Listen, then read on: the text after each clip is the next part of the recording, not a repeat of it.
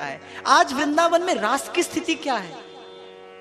जिस लीला का दर्शन करके रसिकों को रस का आस्वादन होता है, इस लीला के प्राकट्यकर्ता हितरिवंश महाप्रभु हैं। प्रकट लीला का प्रतिष्ठा हितरिवंश महाप्रभु ने किया। रसिकों ने अपनी वाणियों में वर्णन किया कि कार्तिक बदी द्वितीया को रास मंडल हित सुस्वरूप प्रकाश थापन थापक हित हरिवंश। हितरिवंश महाप्रभु ने इस परिपाटी की प्रतिष्ठा की। किस लिए? क्योंकि महाप्रभु जिस रस की बात कह रहे थे, महाप्रभु के नयन तो देख रहे हैं, उनके पास तो वो हित के नयन हैं कि राधा वल्लभ का मुख कमल उनको ऐसा दिखता है कि रूप वेल प्यारी बनी और प्रीतम प्रेम तमाल। लेकिन रसिक लोग, अस्मदादि साधारण जीव कैसे उस आनंद को प्राप्त करें? क्योंकि हमारा मनचित्त दुर्बल है, हमारा प्रतीक से काम नहीं चलता, हमको अनुभूति के लिए कुछ प्रकट चाहिए। तो आप और मेरे जैसे लोगों पर कृपा करने के लिए महाप्रभु ने इस प्रकट लीला अनुकरण की प्रतिष्ठा की। रास बिहारी का श्रृंगार, रास बिहारिन का श्रृंगार अपने कर कमलों से करके और रसिक जनों को प्रदान किया, जो अद्यावधि जो परंपरा चली आ रही है। और मैं कहता हूं कि आप और मैं यदि कर सकें, मैंने संतों के अंतरंग अनुभव से यह जाना है,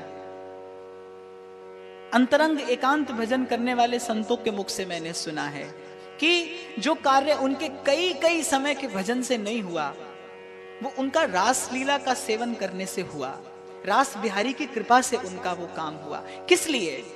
जैसा मैंने कहा ना आपको उस दिन कथा मैंने निवेदन किया कि एक वेश्या पर कृष्णदास जी की दृष्टि पड़ती है, वो उसको श्रीनाथ जी के चरणों में लेकर आते हैं, श्रीनाथ जी स्वीकार कर लेते हैं। श्रीनाथ जी वेश्या के गान पर रीझे हो, इस बात में तो संशय हो सकता है, लेकिन कृष्णदास जी लेकर आए हैं। एक भक्त संसार की प्रतिकूलताओं को सहन करता हुआ श्री ठाकुर जी के लिए कोई सुंदर वस्तु लेकर आया है। ठाकुर जी को वो भाव स्वीकार करना था। क्या लेकर आया है इस बात का अर्थ नहीं है, कौन लेकर आया है, कैसे लेकर आया है, ये बात महत्व रखती है। ठाकुर जी ने उसको निज सेवा में स्वीकार किया। कोई कह दे कि रासलीला का तो खेल है, किसी को ठाकुर जी बना दिया, किसी को किशोरी जी बना दिया, और ये तो खेल हो रहा है। खेल तो भाई संसार भी खेल है। खेल तो आप और मैं अपने जीवन में जिन संबंधों से खेलते हैं वो भी खेल है। लेकिन प्राकट्यकर्ता कौन है, देने वाला कौन है, कौन इस खेल को लेकर आया है, किसने ये खेल दिया है, ये बात महत्व रखती है। रास बिहारी के स्वरूप के माध्यम से अद्यावधि रसिक जनों पर जो कृपा होती आ रही है, उसके मूल में जो उसके संस्थापक हैं हिताचार्य महाप्रभु की कृपा आज तक कार्य कर रही है और करती रहेगी। और आज बड़ी विडंबना है कि खोती जा रही है संस्कृति, हमारी परंपराएं खोती जा रही हैं।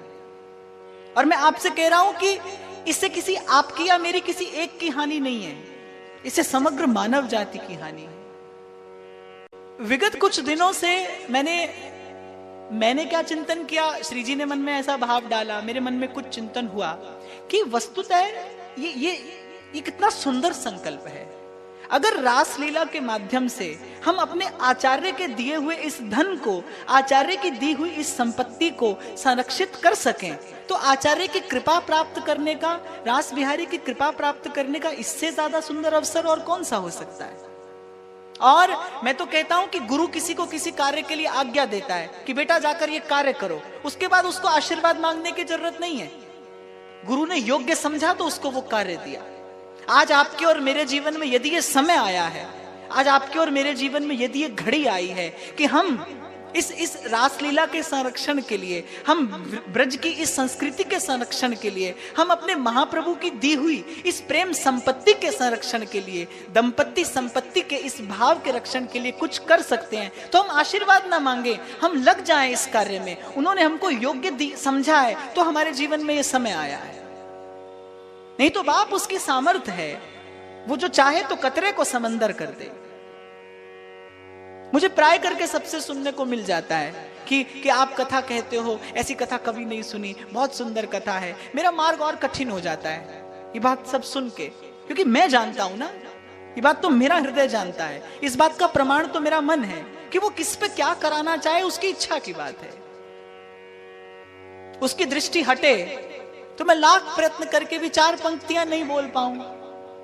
वो चाहे तो मेरे जैसे अनंत एक क्षण में रचना कर दे, लेकिन अगर उसने मुझे कोई उत्तरदायित्व दिया है तो मुझे उसके लिए आशीर्वाद नहीं मांगना है।